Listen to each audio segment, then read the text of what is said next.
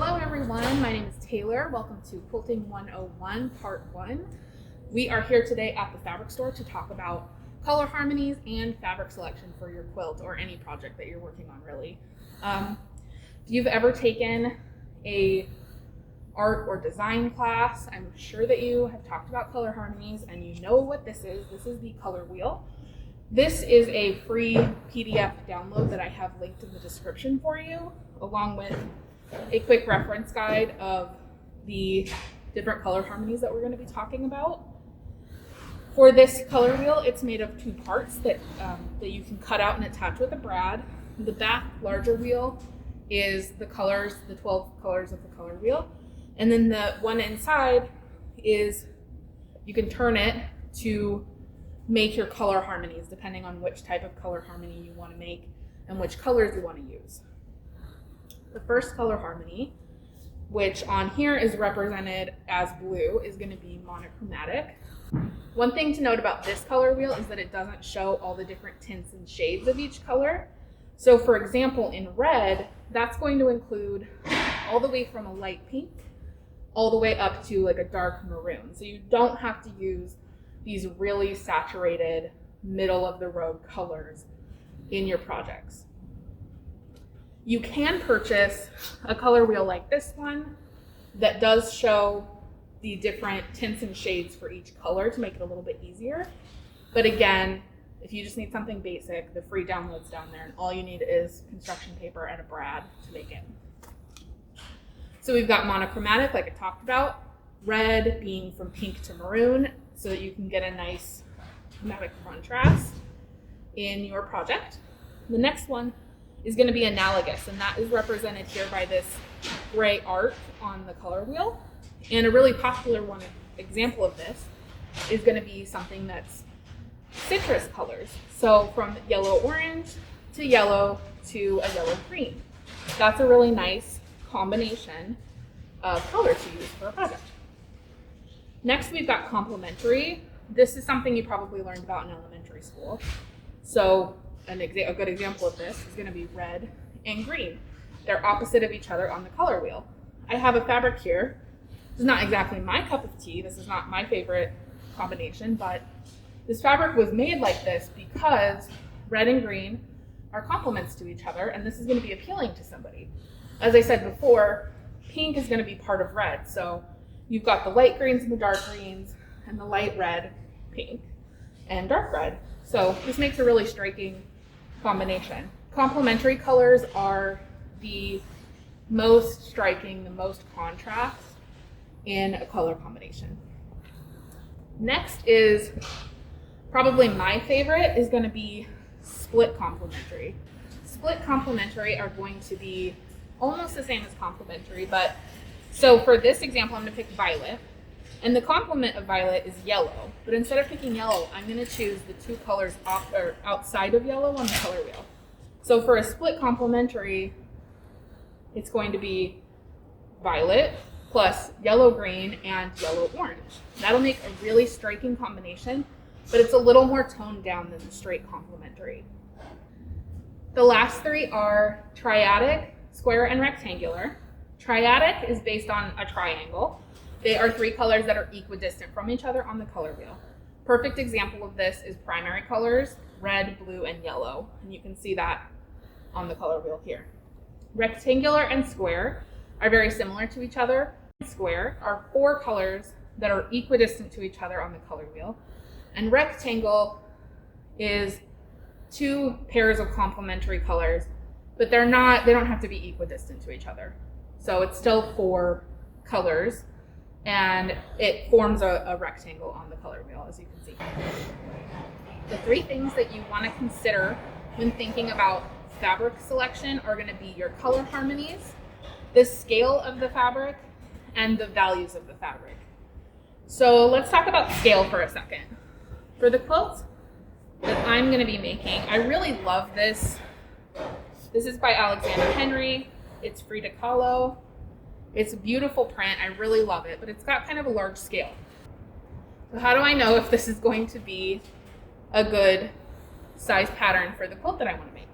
I have made these cutout templates so that I can put them on my fabric and see if the size pieces that I'm going to be cutting will work. This one definitely works for this 6-inch square that I have here, but when I get down to 3 inches, I'm really gonna lose a lot of what makes this pattern great by doing that. And for these half square triangles that I have as well, it's really not going to represent this fabric well. So maybe this isn't the fabric for the quilt that I'm thinking about making. Maybe I need to find a different pattern for this one. I also really like this. It's a really striking orange and teal and green. This is a little bit smaller of a pattern, and it definitely works in our 6-inch square as well. It works okay in the 3-inch square, but as you move it around, you see that you maybe lose one of the colors. So it would work okay, but you would really want to think about color placement as you're doing it. And same thing for the triangles. It works in the larger, but not as much in the smaller. So I'd maybe think about another. This one is a really great, not super small, but much smaller, all over print. And in any size here, we are getting, basically it looks the same in all the different sizes. We'd have to cut this pretty small for it to lose what we like about it. Okay, so now to talk about her quilt and her fabric selections, I have my friend Gina, who's way in the corner. That's okay. So let me clear this off so we can look at what you have. So what have you got for me? I really like this one. It's my favorite. Pretty batiks. Cool. Okay. So that is your, so this is her main, this is what she picked as her main. So what do you like about this? I really like this color is what I like. This purple. Yeah, and I like the diamonds here. So nice. So the geometric. And Yep. then we've got this darker blue, kind of bubbly, and then this lighter blue watercolor. Okay, so first thing, so what you liked about it is this kind of warmer reddish purple. So what, first thing I want to determine for everybody is what color harmony this is. So this is kind of, I think we're in the, it's kind of analogous, so maybe like from red, violet to blue, which is actually 4 colors, but that's just fine. So we're in this little range, and that's really actually a beautiful combination. For value, we have 2 really dark fabrics that are going to be, they're very similar value. So one thing I want to show you, and I'll put a picture on the screen here.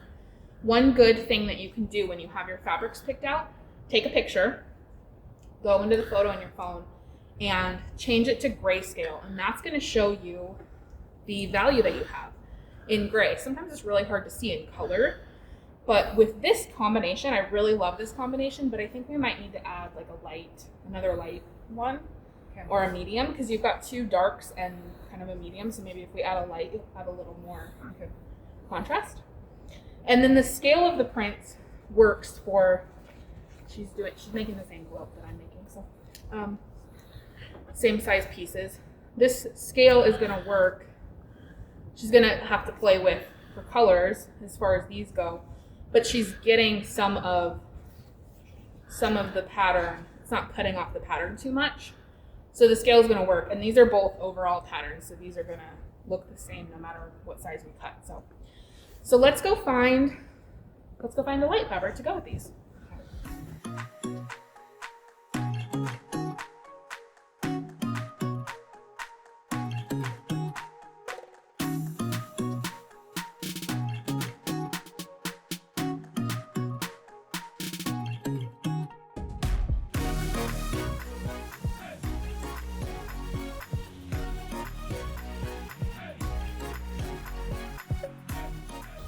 So, while we were over there, we found a light that we really liked. This really light marbly one. That's going to give some really good contrast. But then she decided she didn't really like this one anymore. It's kind of a different color. So we nixed this one and decided we needed a different medium. So we found this. It's in that color she said she liked out of here. And it's going to be a medium. So I'll throw up a picture of the contrast on this and how it works a little bit better for a quilt. Maybe it's still got, you know, good scale and everything. And then the last thing you want to determine is probably which one of these we're going to use for the background, or do we need to add another background? Which a lot of quilts, it's going to be black or white or cream or light gray, but you can use a color. Like maybe this is the background. But yeah, that's what you would want to determine when you're doing your quilt. So yeah, thank you. Absolutely.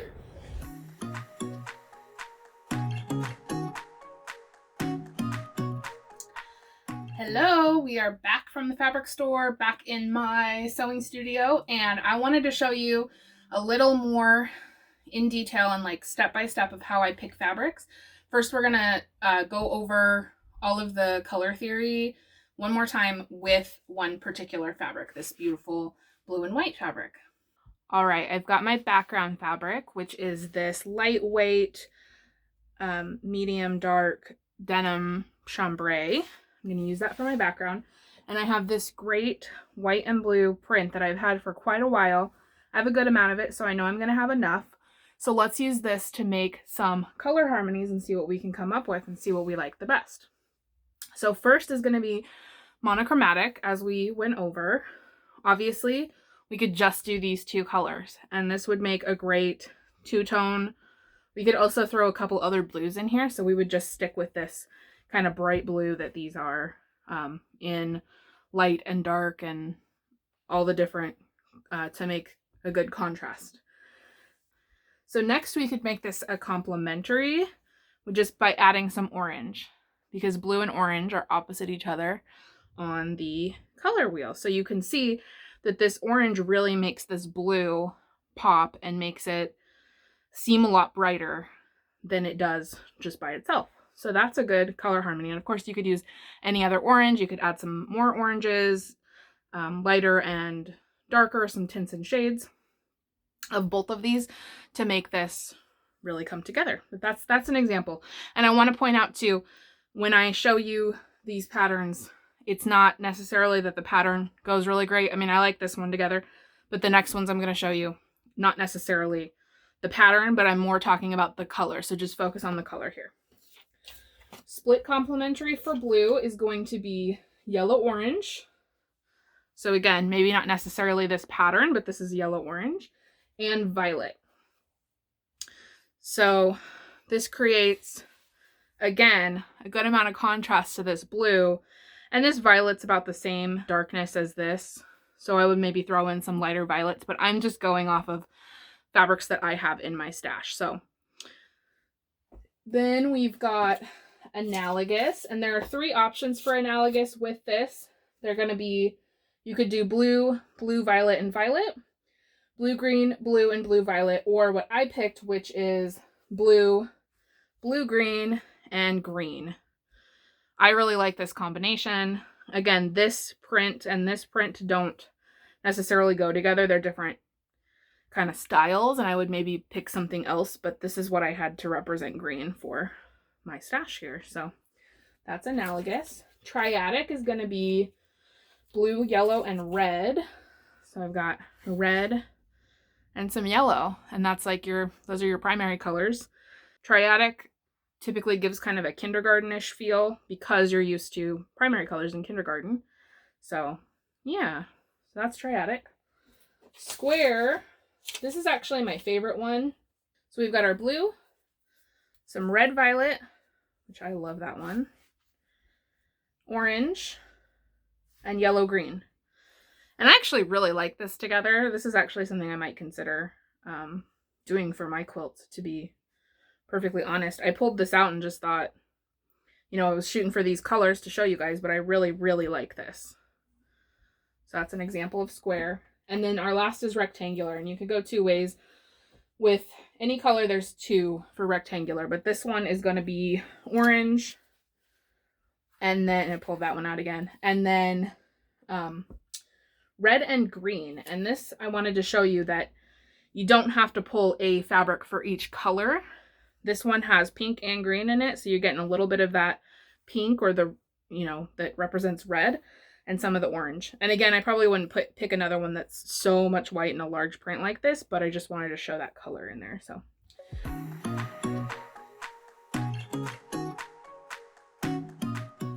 one thing I sort of touched on when I was at the fabric store with you guys, but didn't fully touch on, is that when you're building a quilt, you don't necessarily have to think about color in this much depth as we're thinking about it right now.